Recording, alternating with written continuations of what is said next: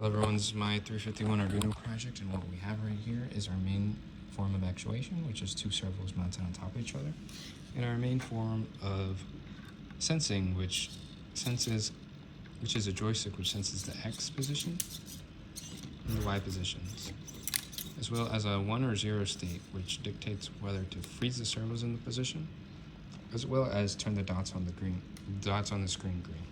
Now, it is strong enough to be able to hold a pair of keys, and I challenge the TAs to be able to hook the keys on, as it's quite a fun challenge. Now onto the code.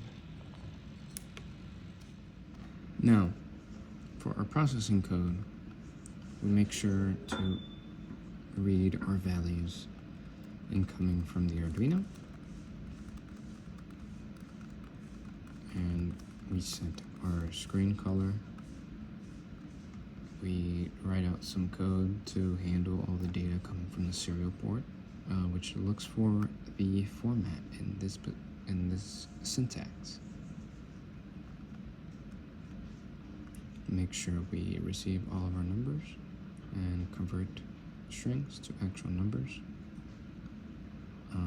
and only updates the display if we aren't frozen. So if a value of 1 is read, it won't update the display. Instead, it will stay at its previous position. We draw our big circle, and we draw our crosshairs. We also map the raw 0 to 10 to 23 sensor data to screens on the pixels, or pixels on the screen. And we make sure that that dot can't leave the screen. Now, this logic right here dictates whether the dot is red or green, and turns green when it's locked. And we make sure to map the dot to the specific positions. Now we draw our horizontal tracker as a box and map the X position to the position on the joystick, and make sure it doesn't hit the edge. And we also do that for the Y position. And that's it for my... First, we start off by listing our global variables to determine whether the button has been pressed or not, as well as begin our serial output, configure our joysticks, and onto our main loop. This checks if the freeze button has been pressed and dictates if it's been pressed, and so it transitions it from high to low.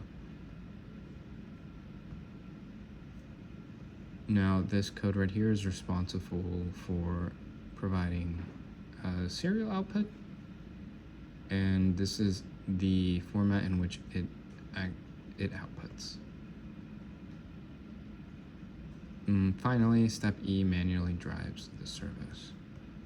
I did want to point out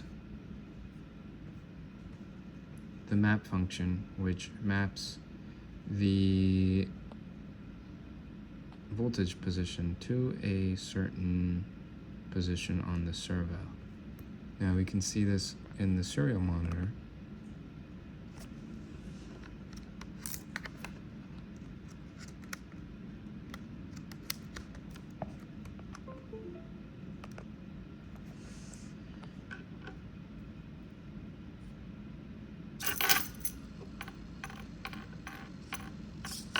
As you can see,